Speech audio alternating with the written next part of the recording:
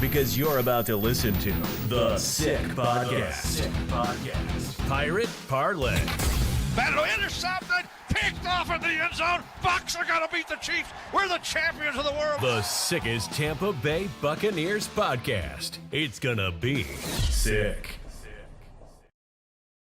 Back here on the other side, we're not going to waste any time. Let's bring the man of the hour in. He is first-round draft pick for the Tampa Bay Buccaneers, your starting center, number 62 on the field, number 1 in your hearts. He is Graham Barton. How's it going?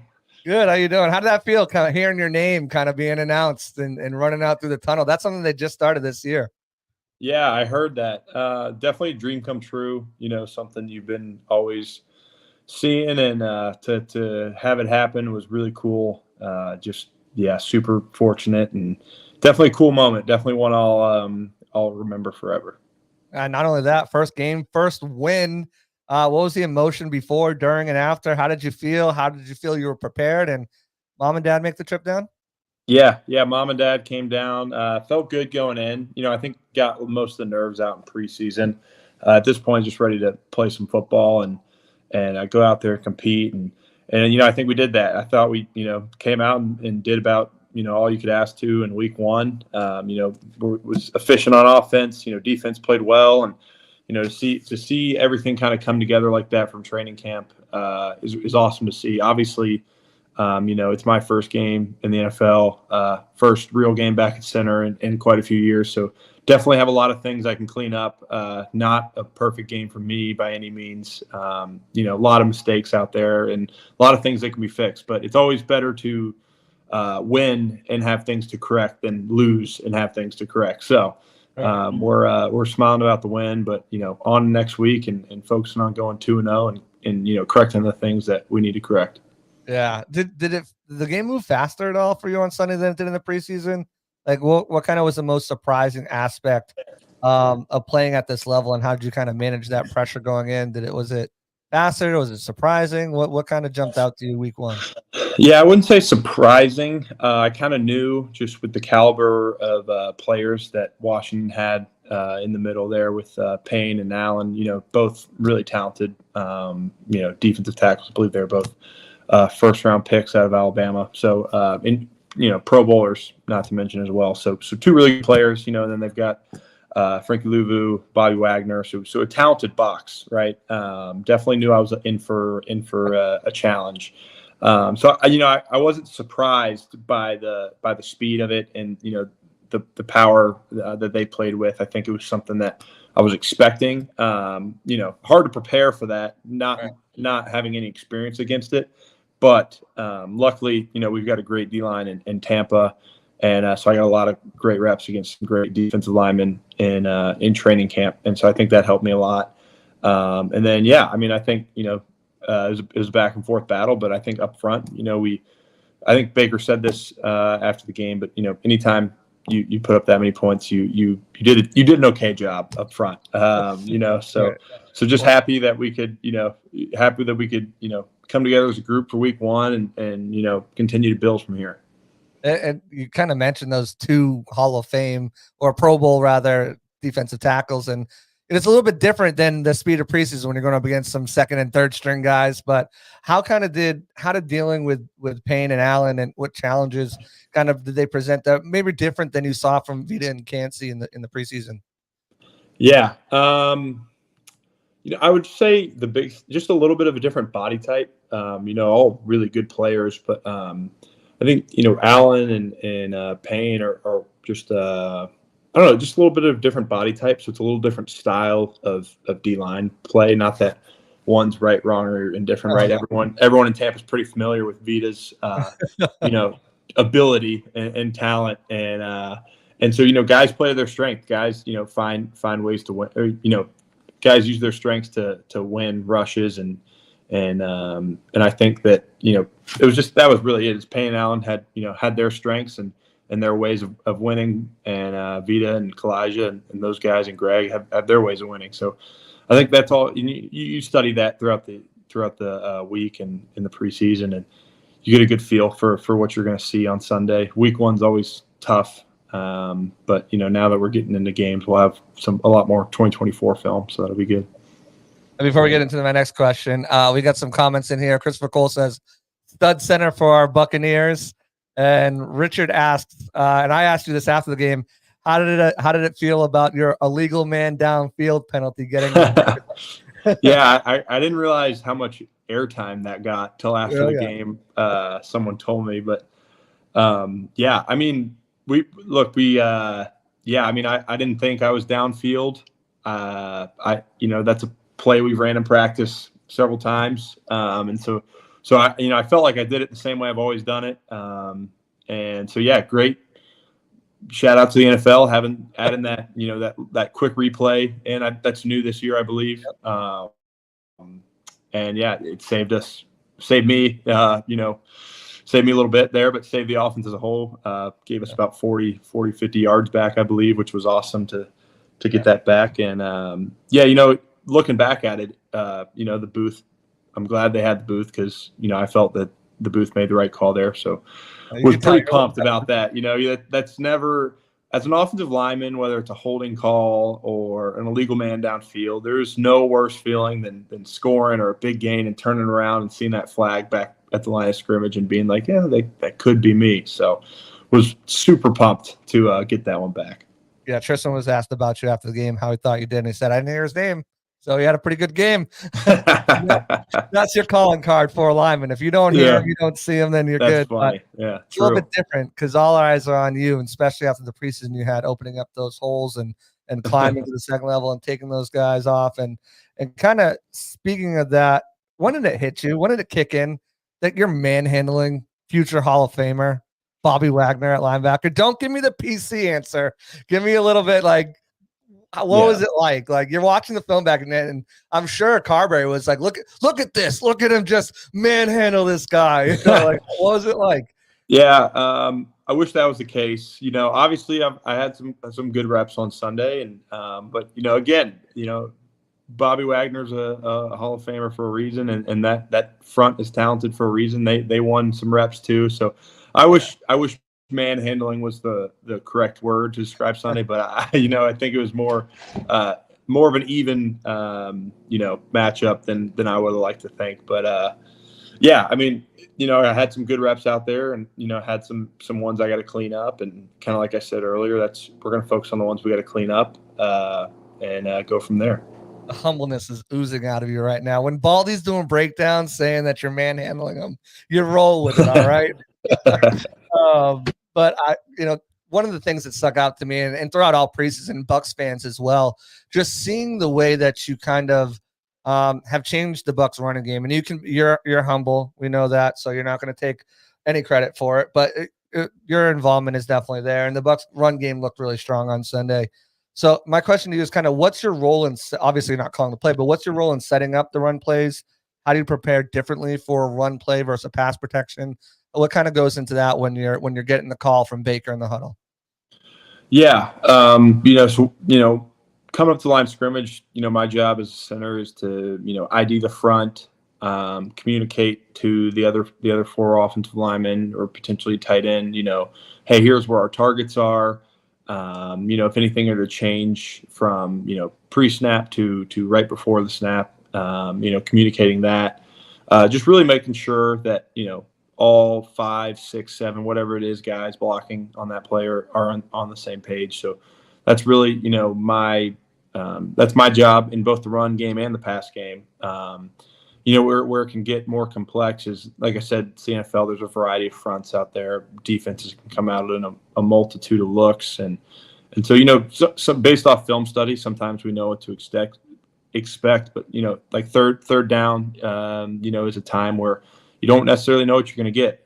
Defensive coordinator from the opposing team is going to decide what they think works best against you, and you've got to be able to go off your rules and react, and you don't have a lot of time to do that. So I think that's the importance of the center. Luckily for me, I've got 4 veteran players around me, and then also throw Baker in there, someone who's really good with helping me out, and just being patient with me And, he can help me with protections and different things like that. So having Baker is super helpful for me, and having those, veteran guys next to me is also really helpful. We got Gio Stuff says best center right here. And Christopher Cole says, asked how difficult was it to learn the combination blocks? Because there's quite a few of them where you're bumping off and picking up, and same thing. Mark, I think, had one that he bumped the guy off to you and you climbed the second level and took him. I think it might've been on Bucky's run there. Where he picked up his the guy, and then but talk about that. Combination blocks are something offensive linemen have been doing.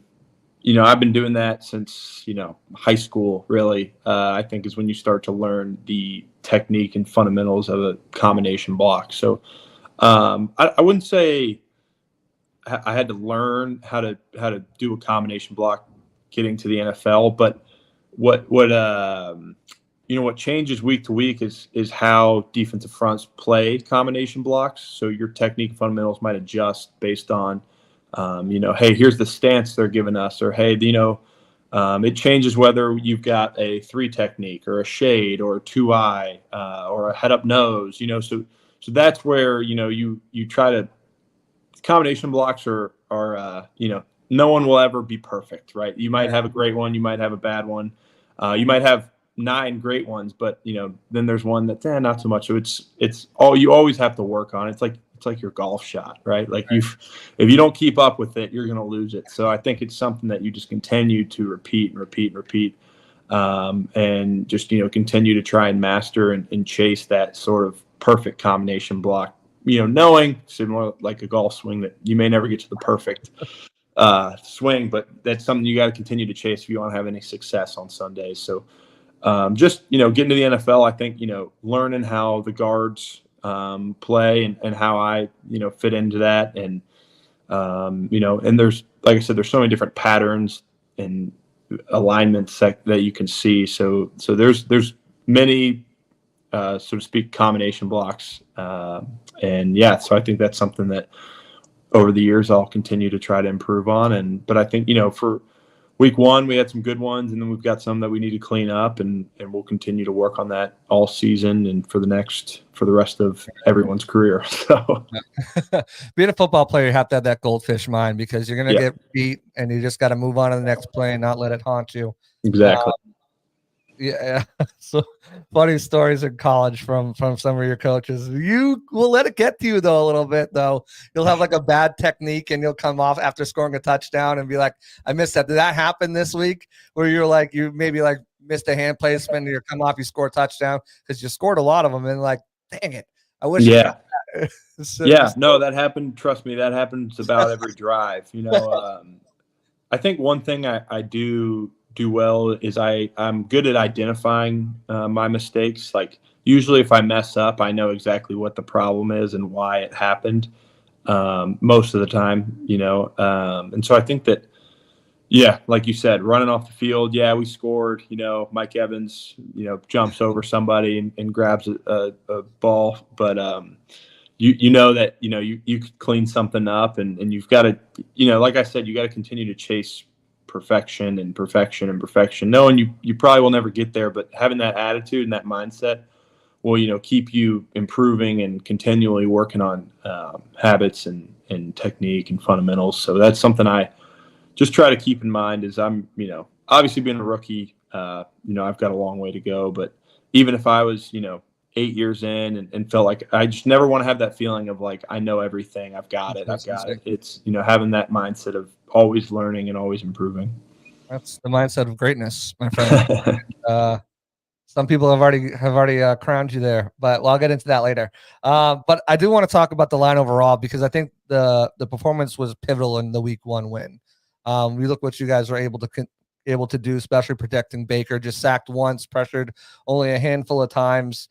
Just how do you see this line's role evolving as the season progresses? I know it's week 1, but especially like protecting Baker, and especially seeing the magic he does scrambling. You've seen a little bit in training camp, but like when you were sitting back watching the replays, looking at the Jumbotron and everything, where he's just pulling Houdinis out of his what was that kind of like? What are we doing here, Bake?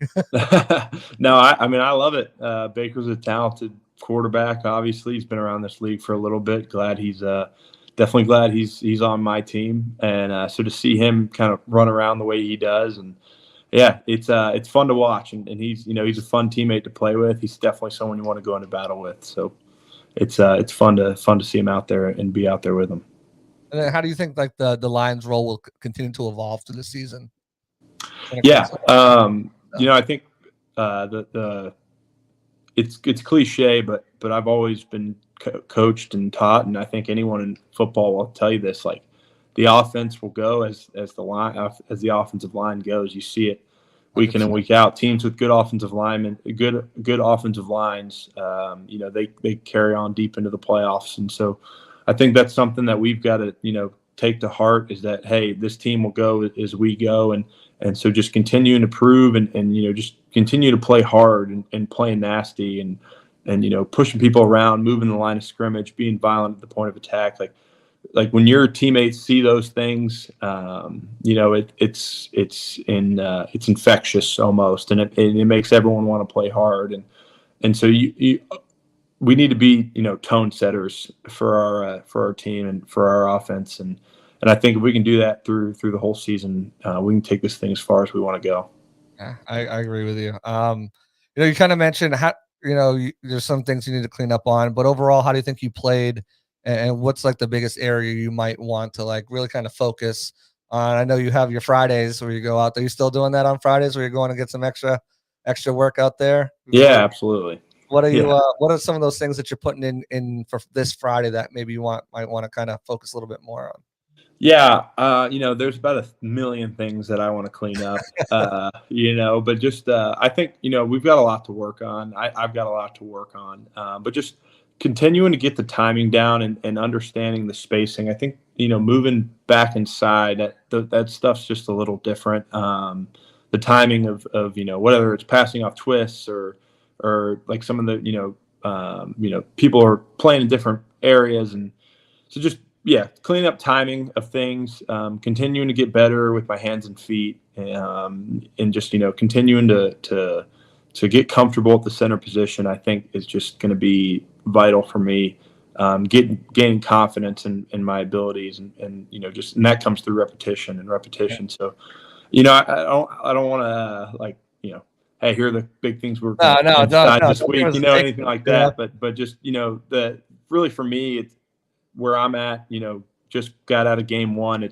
I got to just keep hammering the basics. Until the basics are second nature to me. That's really what I got to keep focusing on. Is just the base fundamentals and just continuing to get comfortable with that. When I feel like it's almost second nature, that's when I'll start to maybe mix in some other things and get more advanced in my learning. But right now it's just continuing to gain confidence in the basics. So you mentioned spacing, but like spacing and climbing, I think you've done a pretty dang good job at that. But how do you work on that? Like, is that something you do in practice? Is that something you can do individually as well? Like, it's nice to have people out there. It's something that we work on in practice. Absolutely. It's just, just like we talked about, fitting into a combination block, you've got to be able to fit into the second level.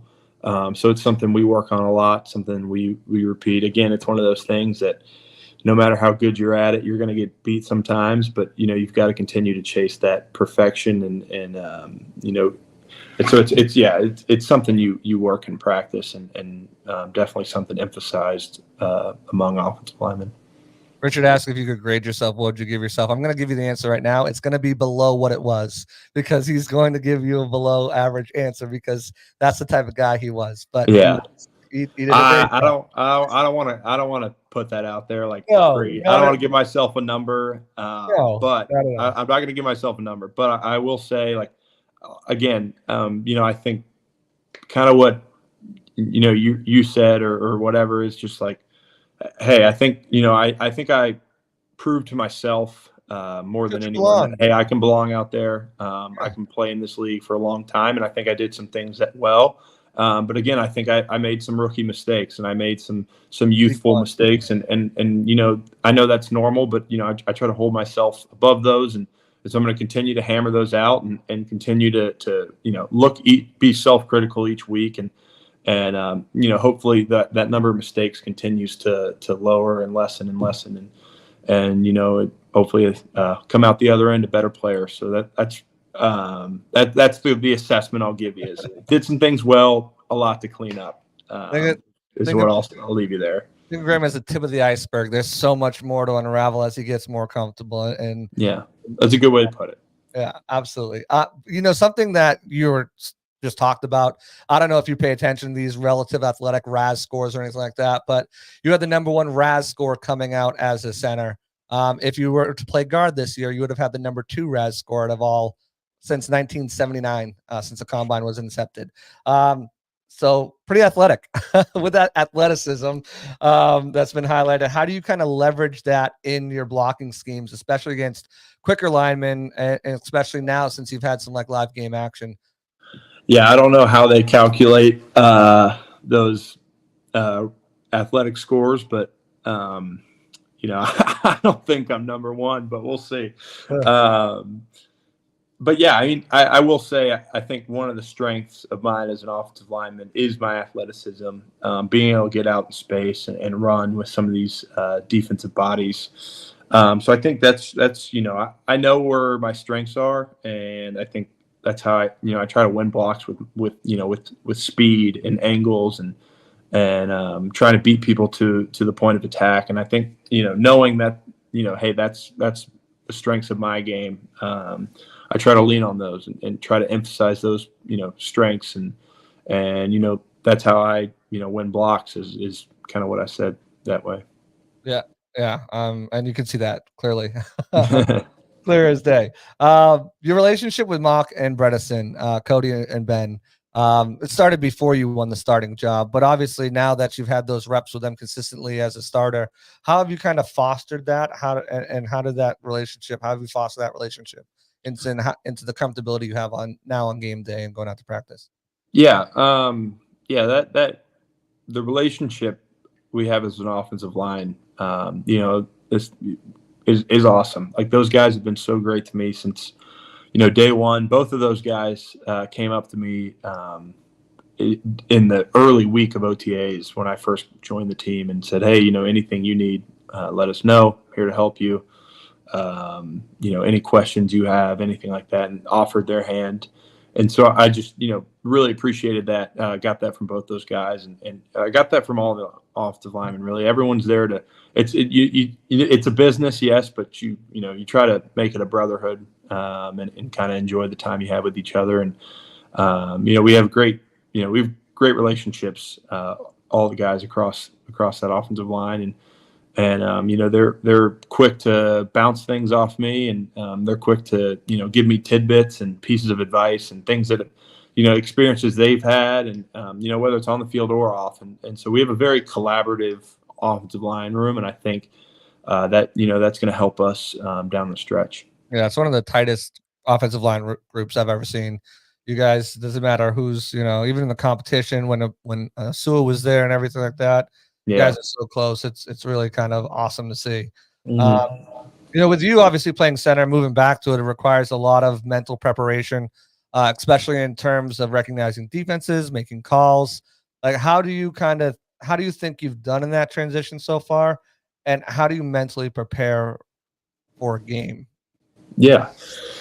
I think I'm doing a pretty decent job at just getting adjusted to the life of playing in center and getting that routine down, and yeah, you got to know a lot of football. You got to know defensive structure, and you've got to know your own playbook really well, first of all, and then you've got to know defensive structure. You got to know tendencies, personnel, what they like to run. Hey, if we get this play, here's what we think how a defense might align. And you got to know, hey, if this happens, then this is going to happen, and so on. And you kind of got to go down that if and but train and get and have the information and the answers to react on the field in between snaps, and so I think that that's it.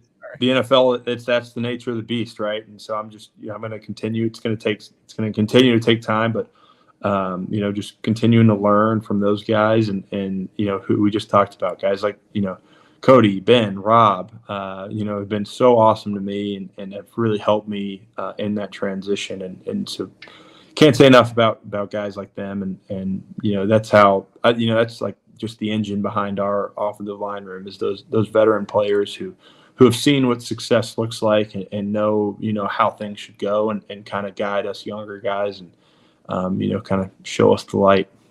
And as far as your process coming to this week, preparing for the game, is there anything what was that like? And kind of, is there anything you want to tweak heading into week, maybe studying game planning wise that you kind of like, maybe I can do this a little, or this really worked for me this week. I definitely want to keep this in compared to kind of what you did in college. And now that you're with the Bucs. Yeah.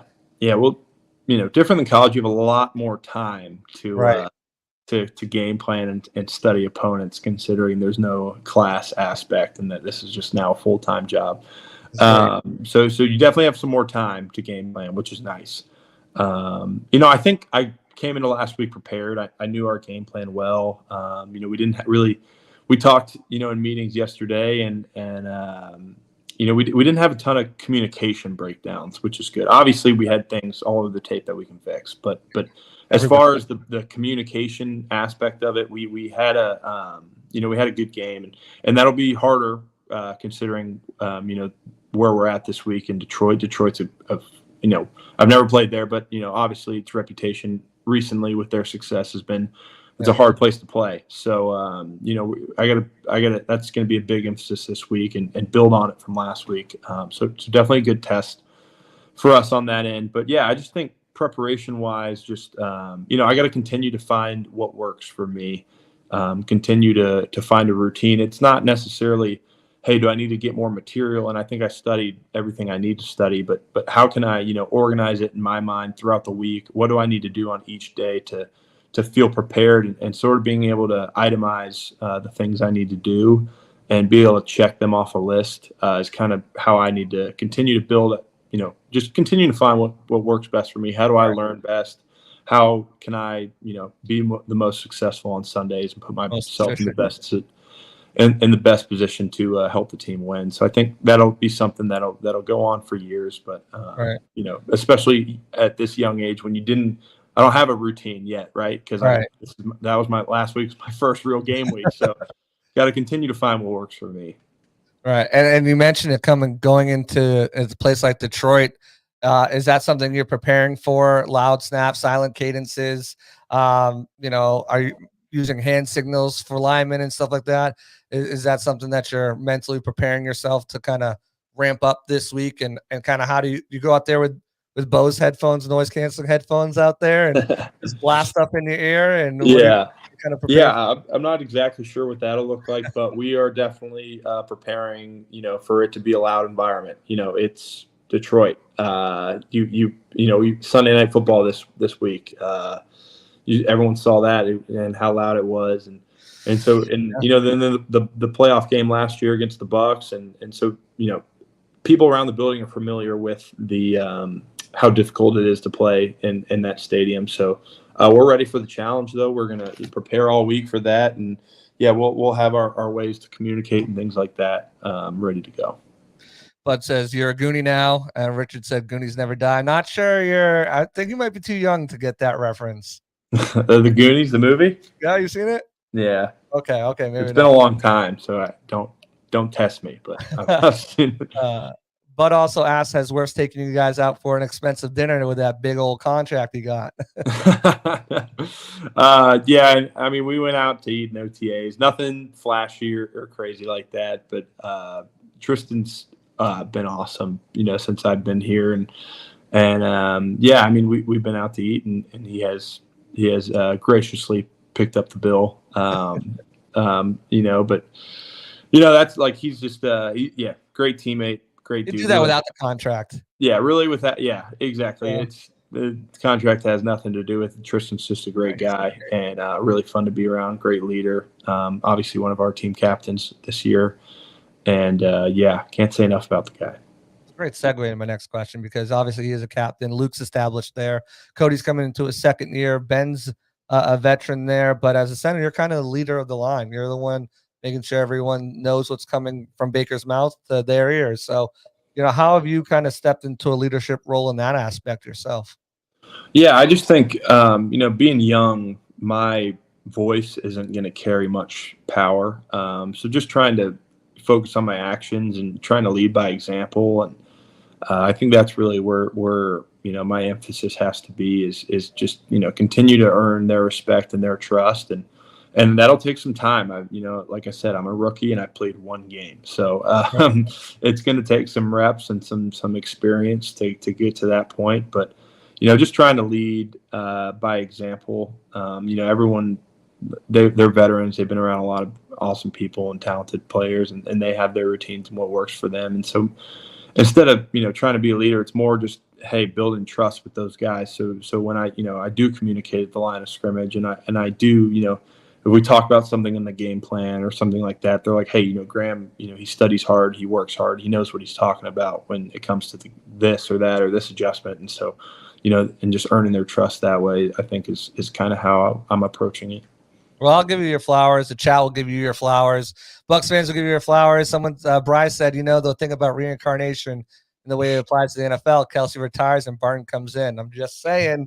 Chris Long, I'm sure you're familiar with Chris Long, Pro Bowler, All-Pro, defensive end, called you a future Hall of Famer already just after watching your preseason tape. And plenty of people said you're going to be a Pro Bowler for many years to come. So I know you're still humble, but we're giving you your flowers whether you like it or not. But what has kind of been like working with Cohen and Carberry and, of course, Pacucci as well, the offensive line coaches, and how has that kind of been, as a transition from college to NFL and from your coaches to the NFL coaches?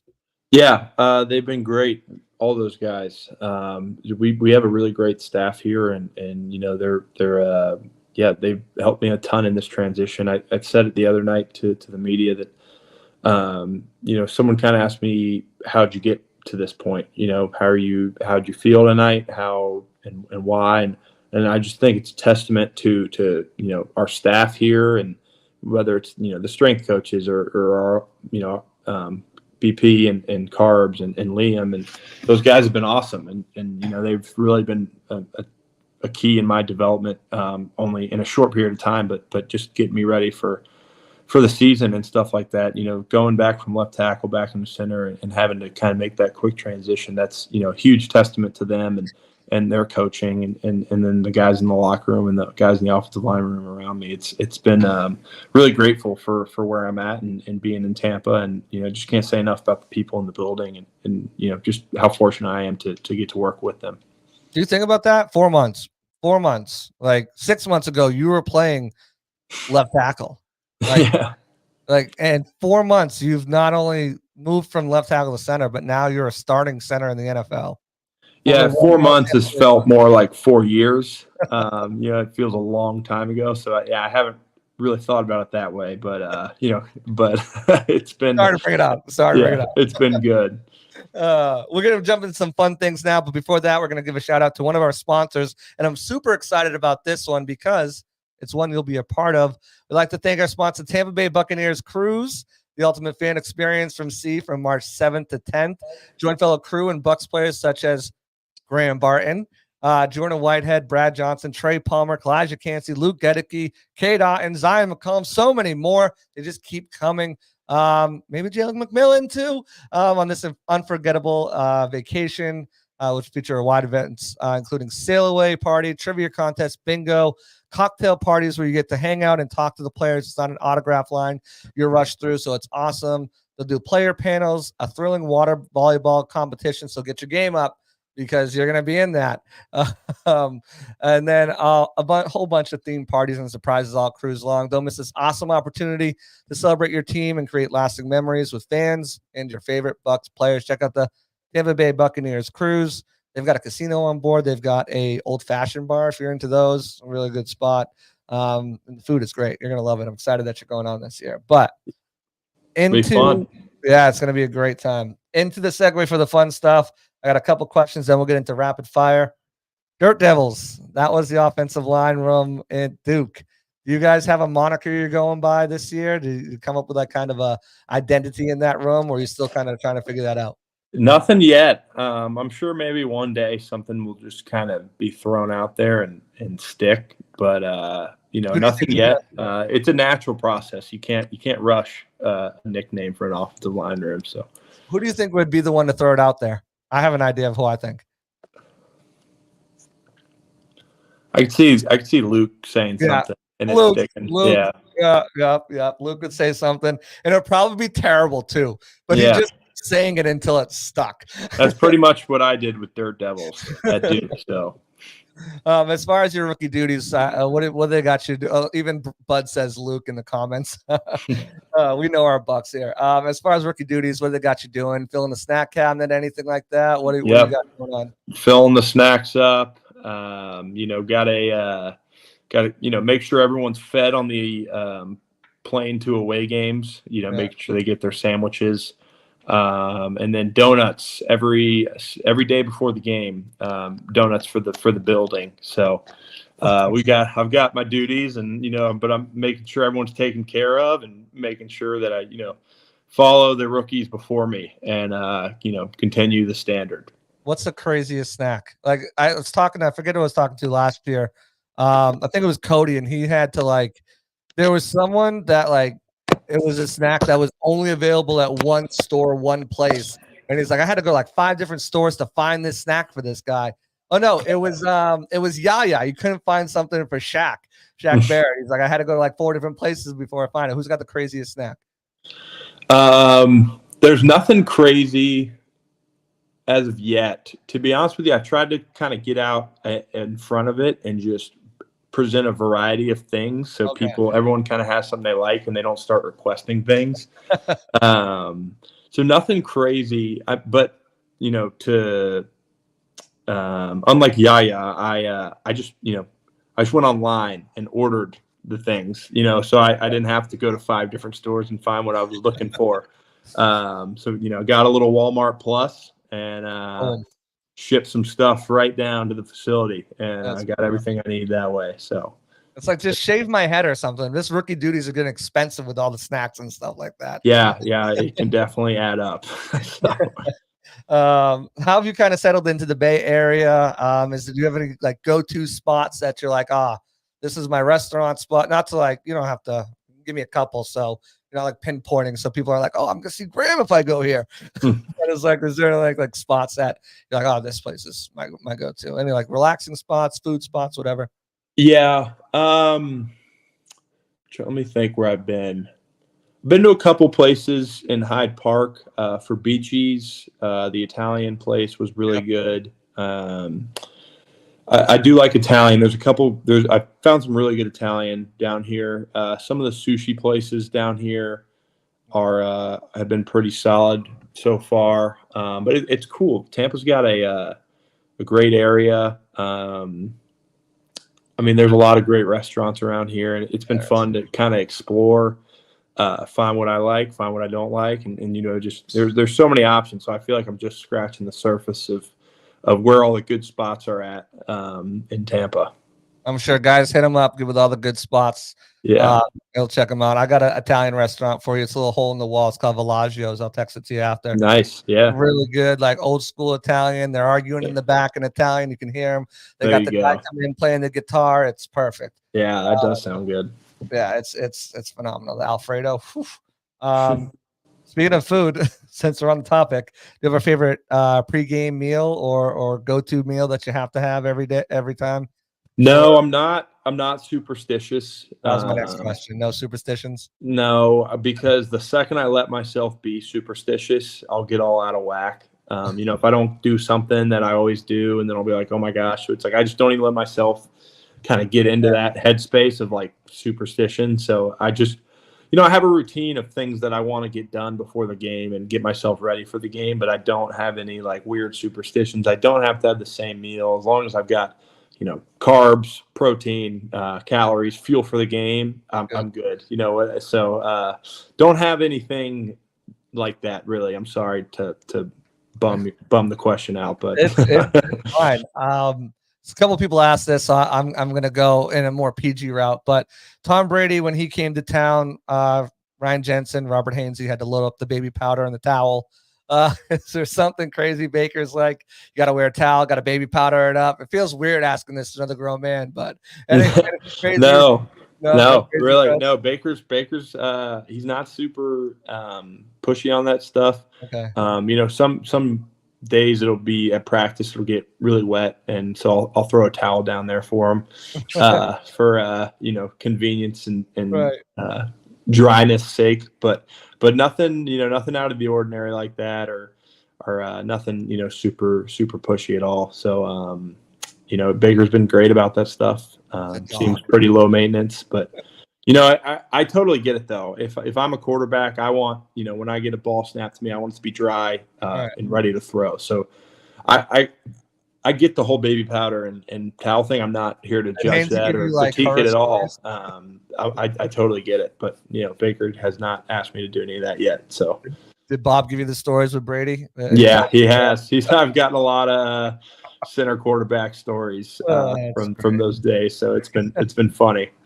During the season, what do you kind of like? What's a day you come off? Obviously, you have an off day today, but when you get home, what's your unwind? What do you do to kind of unwind and decompress from a day of practice and studying and then like when you do have your time in the off season, or didn't have much of one this year, obviously. Yeah.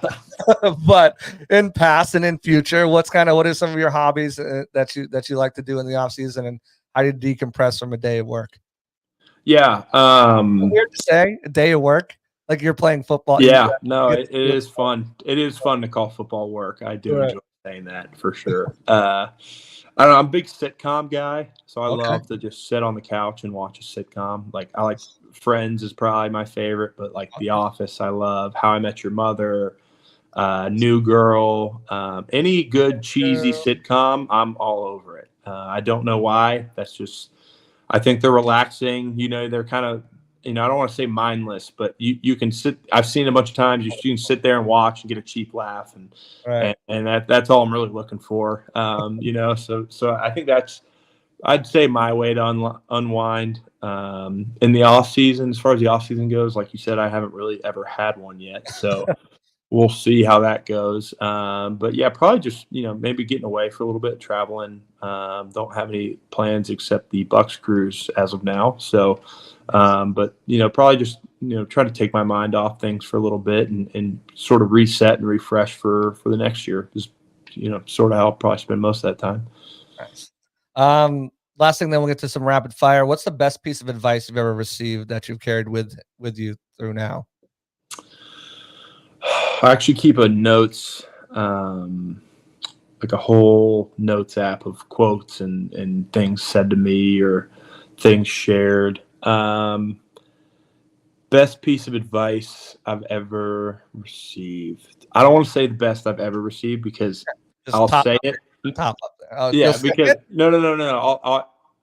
I don't know it is what I'm saying. I don't want to, I've got a couple that. Oh no, you got to sing it now. You got to sing it. So I'm going to preface it. I don't want to remember, that one was even better later. So I'll preface it. One of the best piece of advice I've ever received was, I think it's from a book. But my O-line coach would tell us in college, the devil is in the details, but so is salvation. Just meaning that, look, hey, you win or lose, to put it in the context of football, but it applies to every aspect of life, right? Is, hey, you can win or you can lose a game, by minor details. Football's a game of inches. It's one of the oldest sayings in the book, right? And so it comes down to inches. And so the devil can be in those details, but salvation can too, is practicing, those little things throughout the week and having all those little things in your mind and preparing. So when it comes time to execute the little things that you're ready to go and you're squared away, and that can be your salvation. That can help you win a game. So I think that's a big one that comes to mind just when I'm going throughout my week and going throughout preparation and going throughout my life. Hey, don't forget about the small things, because those add up and can equal one really big thing. That's great. The inches we need are everywhere. They're right in front of your face. There you go. Okay, this is rapid fire. Then we'll get you out of here. This is called This or That, and we'll transition right into favorites. Xbox or PlayStation? Xbox since day one. What are you playing right now? Playing college football, 25, the new game. My buddies from college are trying to get me back on Call of Duty. Don't have a ton of free time right now, so not playing a ton. Let's see. That's really it for me right now. Little Call of Duty, little Warzone. Can put it in rotation. It's like, Yeah, it's one or the other. See, it depends on which friends are online. You know what I mean? If the friends I play college football with are on, I'll play with them. Right. Call of Duty, I'll play with those guys. It just depends. Those are kind of my two Xbox games. I hate to say it, I don't turn it on a ton, but when I do, those are kind of the two I play. Nice. Beach or mountains? Beach. Marvel or DC? Marvel, 100%. Favorite hero? Iron Man. Okay. Rest in peace. Rest in peace. He's being resurrected as Dr. Doom. How do you do? I know. That's crazy. City or country guy? Country. Car or truck? Truck. Movie or TV series? That's hard. I don't think you can beat a good movie. What's your favorite movie? Get into favorites now. So this would come back. Favorite movie. Now this is a tough question. It's always a tough one.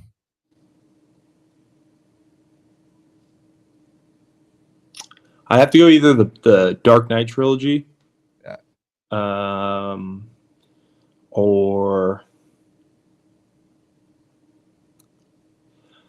I don't know. Avengers: Infinity War was a pretty. It's hard to. I don't know, but I'm a big superhero movie guy, and those are.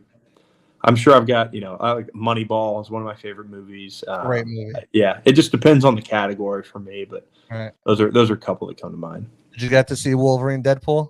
I haven't yet. I haven't had a chance to get to the theater. It's pretty good. Yeah, I'm definitely gonna check it out. Favorite musical artist? Zach Bryan. Good choice. He's all the rage right now. Favorite sports team growing up? Favorite sports team. My dad went to LSU, so we were big. His side of the family, a lot of them are from Louisiana. His brother went to LSU, so I grew up a LSU Tiger fan. Nice. Why did you get an offer from them, or? No, I didn't. I committed to Duke early, but I don't know if I ever would have. I was a little undersized at first, so my junior year when I started getting recruited, I was like 250 pounds, and that's not typically the size you want to be at LSU. Yeah. So, but then I committed to Duke, and then by my senior year, I was 300 pounds. But I was committed to Duke. I loved it there, so happy with that choice. Of course. Yeah. Great education. I led you here. Yeah. Place you ever visited? Favorite place ever visited?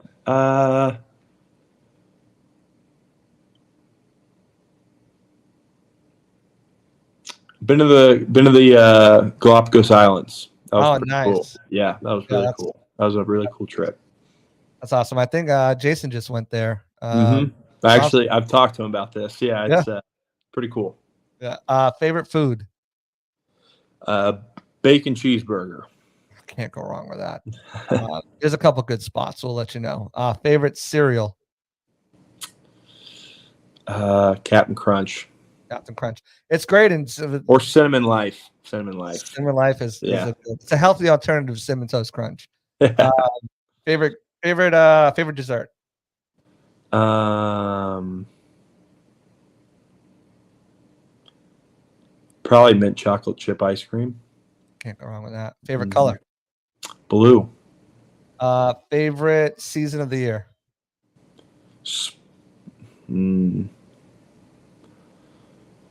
Probably spring. The weather of spring, 70 and sunny. I know Tampa's, it's not much of a 4-season climate, but you go to like a little farther north, like say Nashville, like March and April, it's like 70 and sunny. That's hard to beat. But fall is football time, so it's also hard to beat fall. Absolutely. Favorite TV show? Friends. All right. Favorite game you ever watched? Favorite football game I ever watched? Any game. Yeah. Okay. That's a good point.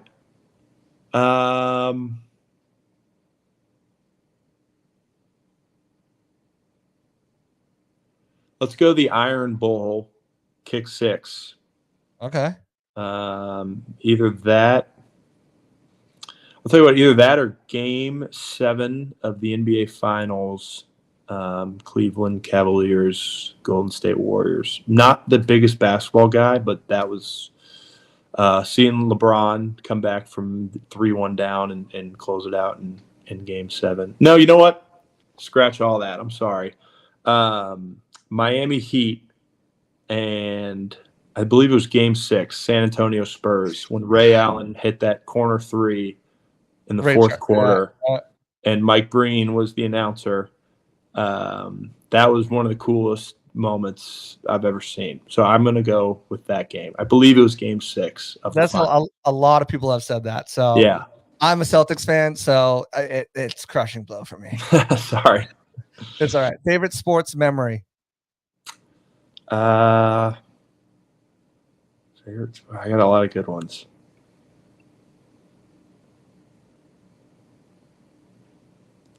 Probably my senior year at Duke, beating Clemson on that week 1 Labor Day game.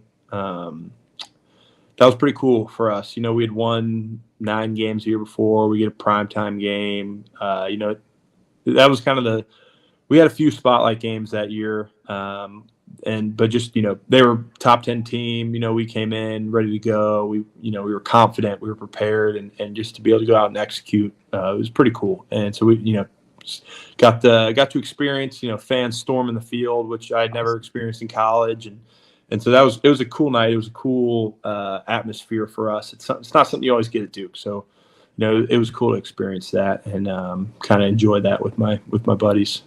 2 more favorite player growing up?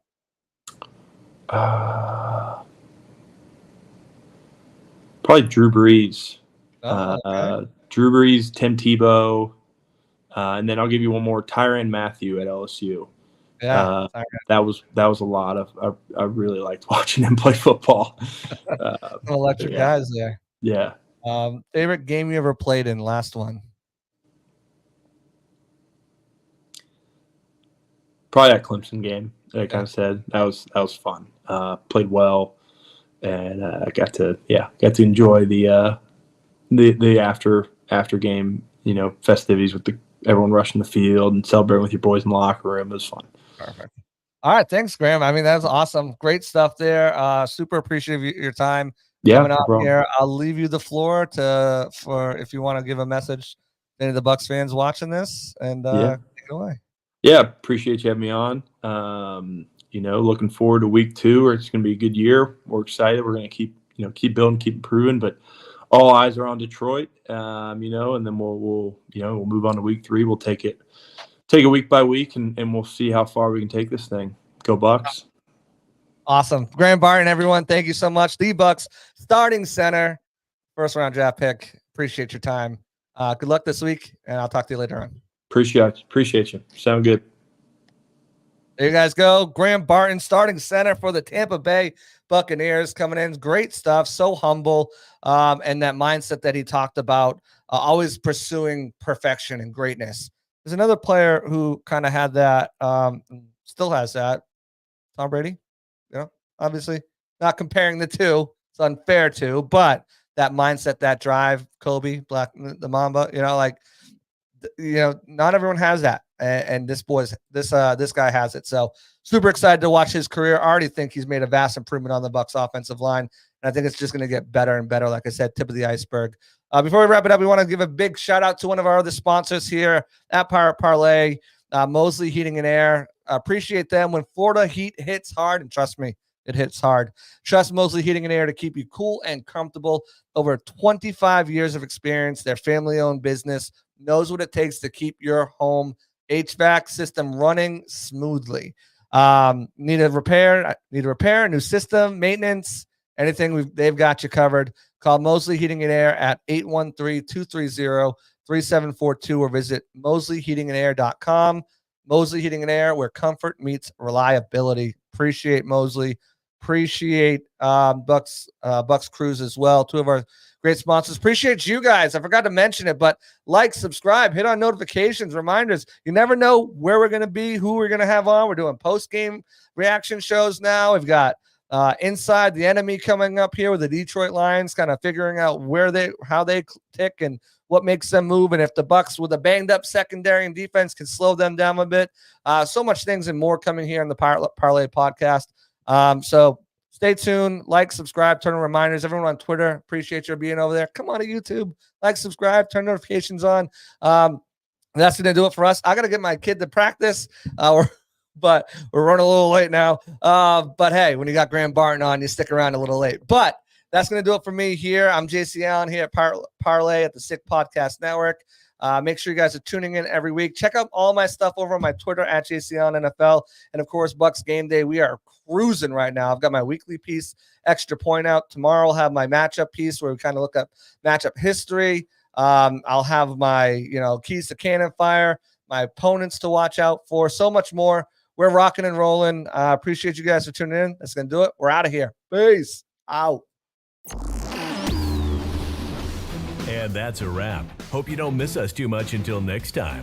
Follow the Sick Podcast Pirate Parlay on YouTube, Facebook, Google Play, and Apple Podcasts.